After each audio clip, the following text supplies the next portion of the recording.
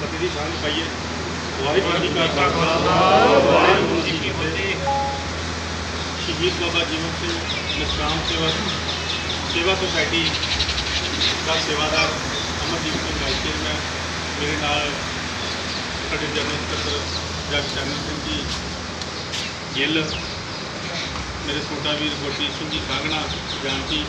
छोटा वीर मनजीत सिंह जी कत्तर, असी आप जी की सेवा में हाजिर होए हैं बेनती करने वास्ते कि असी शहीद बाबा जीवन सिंह जी का चेतना मार्च पिछले 24 सालों तो लगातार लैके जा रहे हैं, जिससे पहला चेयरमैन सरदार अमरीक सिंह जी शेरगिल सन। करोना काल दौरान उन्होंने चढ़ाई होगी, उस तो बाद अभी एक मतलब वाइस चेयरमैन चेयरमैन ही मेरी थी, तो मैं कहा जी आप सेवा करनी है तो जिदा सारी संगत में नाल लेंगे। चलो वो असी हम बाबा जोरा सिंह साडा चेयरमैन वाइस चेयरमैन साथ हर साल चेतना मार्च शहीदा साहब गुरुद्वारा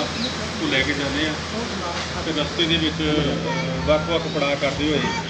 असी जोड़ा रात का पड़ाव जोड़ा होंदा वा संभाले करते हैं। तो उस बाद इस वेले पड़ाव करते करते गुरुद्वारा मजलूके टिल्ला उत्थे पहुँचते हैं, उत्थे जाके उस तो बाद सवेरे जोड़ा अपना 3 तरीक का जोड़ा उत्थे पहुँचना वा वो शीशगंज गुरुद्वारा साहब के जोड़ा वो आप उत्थे जाके अरदास बेनती करके बाबा जी के जन्म दिहाड़े समर्पित उत्थे अखंड पाठ साहब के भोग पावांगे। तो सारिया संगतां 4 तरीक को सवेरे 5 बजे उतों आप चाले पावांगे, 4 तरीक को जोड़ा वो वापस आप अमृतसर इत्थे पहुँचांगे। तो तुहानूं बेनती करना है कि वध तो वध जिहड़ियां संगतां लैके तुसीं चेतना मार्च में शामिल होवो, तां जो चेतना मार्च जोड़ा वा आपां बड़े सुचाजे ढंग नाल सारे सूझवान सियाणे बैठे जे गुरसिख बैठे जे ते आपो अपनी जिम्मेवारियां दे नाल जोड़ा वा आपां चेतना मार्च में लैके जाना वा। मतलब कि उहदे विच आपां वेखो सारे तुसीं अहुदेदार आपां सेवा करनी है कि चलो सोसाइटी का नाम होंदा वा ते उहदे विच कुछ मतलब कि जोड़ा वा गिनती दे आपां उहदे रख लैंदे हां, पर यह सेवा वा इहदे विच किसी की कोई अपनी कोई मलकीत नहीं गी कि बाबा जी का आपां जोड़ा वा सेवा करनी है, सारे दे नाल मिल के संगत की सेवा करनी है। तो इस तरह ही अदिओ जी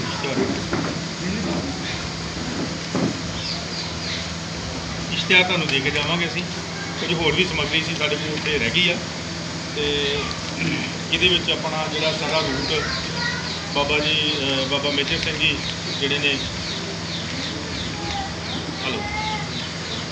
वो सारे मतलब कि चेतना मार्च में शामिल होंगे। सरदार गुलजार सिंह रणीके साहब उन्होंने भी आपको उत्थों रवानगी करवाने आउणगे। तो सारी श्रोमणी कमेटी का सहयोग, दिल्ली कमेटी का सहयोग के नाल आप सारिया संगतां के सहयोग के नाल जिहड़ा वा ये हर साल चेतना मार्च ਆਪਾਂ लैके जाते हैं। तो सारिਆਂ ਨੂੰ बेनती है कि तुसीं सारे अपनी जिम्मेवारी ने समझते हुए चंदन सिंह जी जोधपुरिया जी जी मतलब कि तुसीं अपनी अगवाई के नाल तुसीं आउणा वा ते आपां सारे ने एक दूजे के नाल तालमेल के नाल आपां चलना वा, तां जो आपां रस्ते दे विच जिहड़ियां कोई आपां नूं कोई औकड़ां ना आउण, जिस तरह कोई गड्डियां दी जिहदे काफला हुंदा वा उहनूं आपां सुचज्जे ढंग नाल जिहड़ा वा वो आपां लैके जाना। वो सारिਆਂ दी देखो असीं भी तुहाडे नाल ही होना वा, बाकी हर जगह ते असीं नहीं खड़ो सकदे, जिथे जिथे ढाडियां डूड़ियां लाइयां होणीਆਂ, जिथे कोई गड्डियां नूं के कंट्रोल दे विच रखना, एक लाइन दे विच लैके जाना वा, वो सारिਆਂ दी अपनी जिहड़ी आ वो जिम्मेवारी आपां निभाउणी आ ते सेवा करनी है। तो बाबा जी दे जिहड़ा जन्म दिहाड़ा वा वो आपां फिर संगत नूं जिहड़ा वो दिल्ली शीशगंज गुरुद्वारा साहिब को मनावांगे। दिल्ली कमेटी नाल भी असीं परसों मीटिंग करके आए हैं, तो प्रधान जी नाल भी चलो सारिਆਂ दी गल हो गई है। उत्थे रहائش का प्रबंध, लंगर का प्रबंध, मतलब कि मैडिकल टीम का प्रबंध, मतलब कि किसी तरह की आपां नूं कोई समस्या ना आवे, वो सारा जिहड़े प्रबंध आपां उत्थे लिखती तौर पर जिहड़ा आपां कीते आ। ते रस्ते दे विच जिद्दां सिक्योरिटी का प्रबंध वो आपां अपने DGP पंजाब, DGP हरियाणा ते अपना कमिश्नर दिल्ली सारिਆਂ ਨੂੰ चिट्ठियां कड्ढियां वा कि सिक्योरिटी का प्रबंध जिहड़ा वा उस तो संगत अपनी देखो संगत का कोई पता नहीं होंदा भी 500 हो जानी आ, 1000 हो जानी आ, 300 हो जानी आ,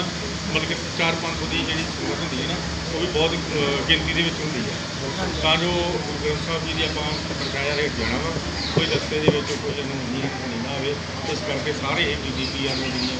ਤਿੰਨਾਂ ਸਟੇਟਾਂ ਦੇ DGP ਜਿਹੜੇ ਆ ਉਹਨਾਂ ਨੂੰ ਆਪਾਂ ਚਿੱਠੀਆਂ ਕੱਢ ਦਿੱਤੀਆਂ ਵਾ। ਬਾਕੀ ਜਿਹੜੀ ਟੋਲ ਪਲਾਜ਼ੇ ਆ, ਕੋਈ ਤੁਹਾਨੂੰ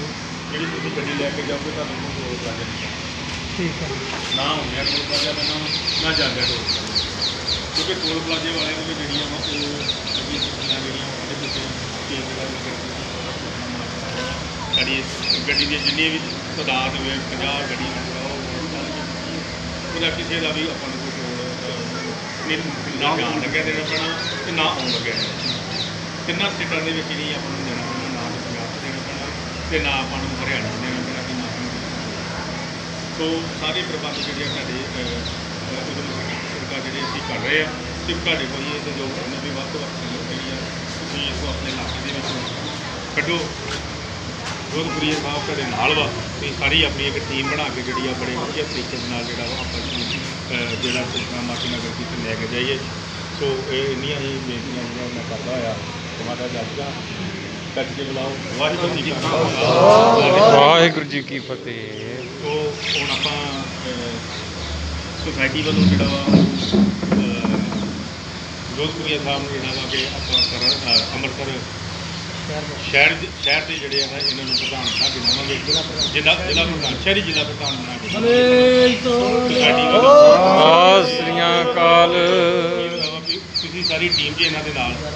ਠੀਕ ਹੈ ਜੀ, 11 ਮੈਂਬਰੀ ਇਹ ਜਿਹੜੀ ਟੀਮ ਤਿਆਰ ਕਰਨਗੇ ਅਤੇ ਉਹਨਾਂ ਸਾਰਿਆਂ ਨੂੰ ਵੀ ਜਿਹੜਾ ਆਪਾਂ ਮੰਨ ਪੱਤਰ ਜਿਹੜੇ ਆ ਉਹ ਦੇਵਾਂਗੇ, ਉਹਨਾਂ ਦੇ ਸਾਥ ਵੀ ਬਣਨਗੇ ਸਾਰਿਆਂ ਦੇ।